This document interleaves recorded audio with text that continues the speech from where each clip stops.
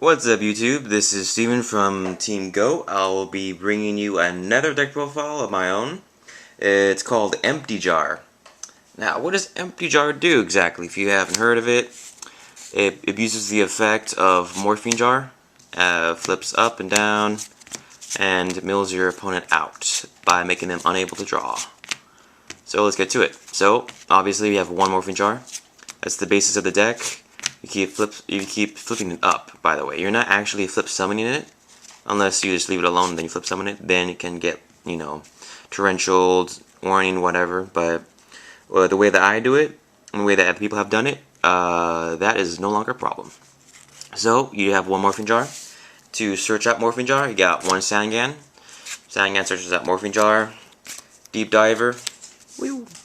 When it's destroyed by battle, I can place Morphing Jar on top of my deck.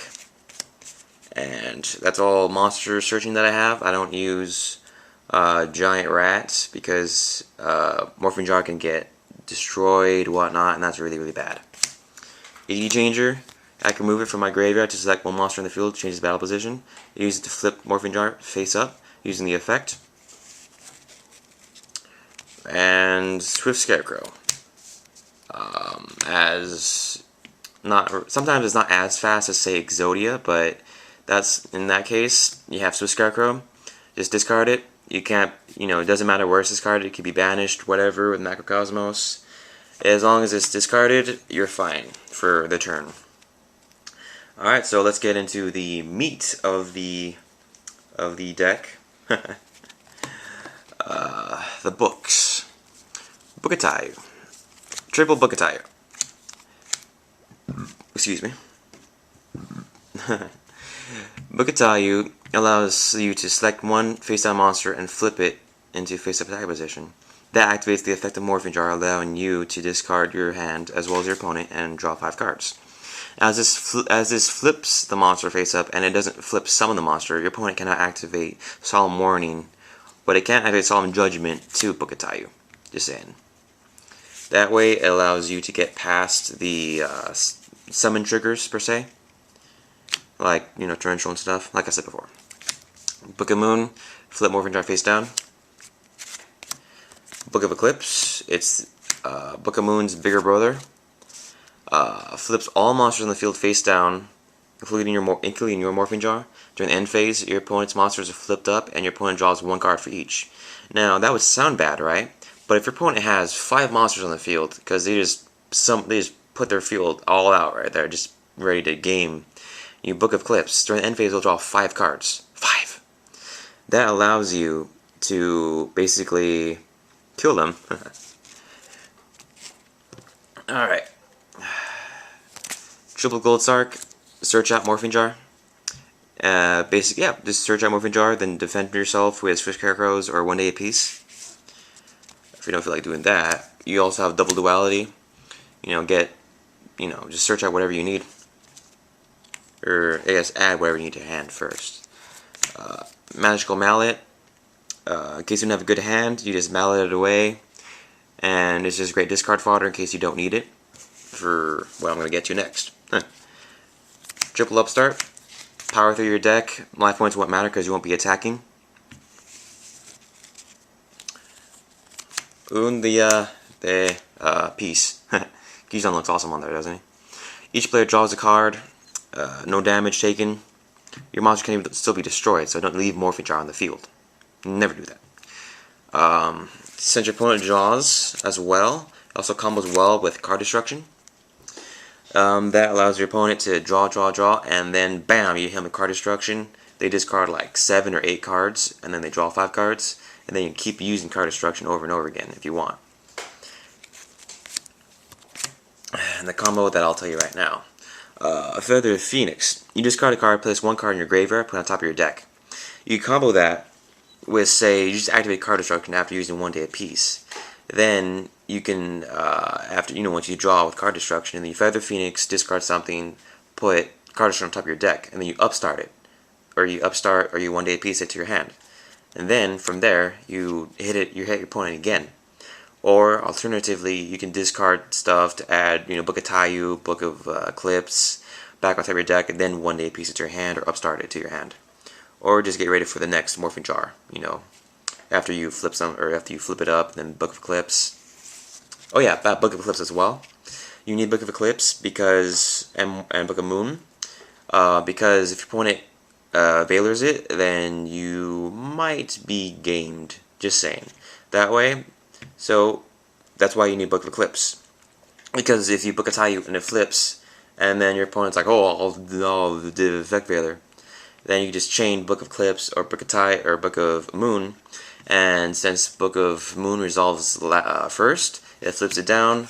Effect Valor can't target a face-down monster, and your discarding goes through. Double Magical Zone Excavation. Add that. This deck doesn't run any traps, so it's all spells, and it's all just one long, painful turn for your opponent at least. So you need Magical Zone Excavations to discard whatever you need. Say discard 80 Changers, add Book of Eclipse, and then just 80 Changer, Book of Eclipse, and then from there just keep going. Or alternatively, add card destruction back to your hand, whatever the situation calls for. Foolish Burial, send 80 Changer to your graveyard, or if you want to be fancy, because I was in a practice round and I actually Foolish Burialed Morphing Jar, then Feather Phoenixed it to top my deck, and then upstarted it, set it, then I was able to use the 80 Changer that discarded with the Feather Phoenix to flip it up and then chain Book of Eclipse. Now that's a boss move, but typically never happens. So Foolish Burial, 80 Changer. Heavy Storm, the only really offensive card in the entire deck. Here, I don't know what I'm doing. Yes, the only offensive card in the deck, clears out back row that might actually stop Morphing Jar. And one Prohibition. If your opponent, you're going against like Elemental Heroes, then you might have a few cards to worry about. But if they have no back row, then usually you just play a Prohibition to declare Effect Valor. That way they can't activate it at all, unless they destroy Prohibition. But if they can't, then you could go through your combos, flip it up, without having to fear about it being valored. Now, if your opponent does not run Effect Valors, then you can just discard it with Feather Phoenix, whatnot. And that'll do with the main deck. Now, as for the extra deck, it's basically used just to mess with your opponent.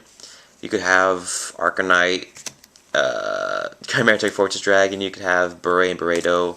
You could have even Baby Titagon, or you could have the themed monster, say Exostag. You could have Xian, and you could have Shadow. It's basically, or you could have, say, Blackwing Armor Master, what have you. And that's basically just to fool your opponent into thinking that you play something different than what you actually are playing. So, say for instance, you like sort of reveal Xian, or you reveal like a Blackwing Armor Master they have in your extra deck, like that, and then your opponent sees. Then you set like Morphing Jar, or no, you set Sangan and like a bluff face down. Your opponent will think that oh, you're playing Blackwings, and that's a it's just mind games, just to mess with your opponent. That way, you can have an edge in it, in your first turn. And then your second turn, you just have to worry about Naturia Beasts and stuff. So the side deck would consist of Lava Golems and Volcanic Queens. So that'll do it for basically for my Empty Jar deck. It's very simple but very powerful. If you get through it, it's not very simple to play, but once you get it, then it's just very magical. And it's very funny seeing your opponent play this awesome meta deck, and then it gets pwned by Empty Jar, which is a very cheap deck in the first place. Both, how it plays and for its actual cost. It's just always nice to see, the underdogs, win, right? So that'll do it for my deck profile. So stay tuned. We'll be bringing you more deck profiles as the day goes on, or as the week goes on, whenever we get to it. So we'll talk to you soon. Be sure to rate, comment, and subscribe, and we'll see you later.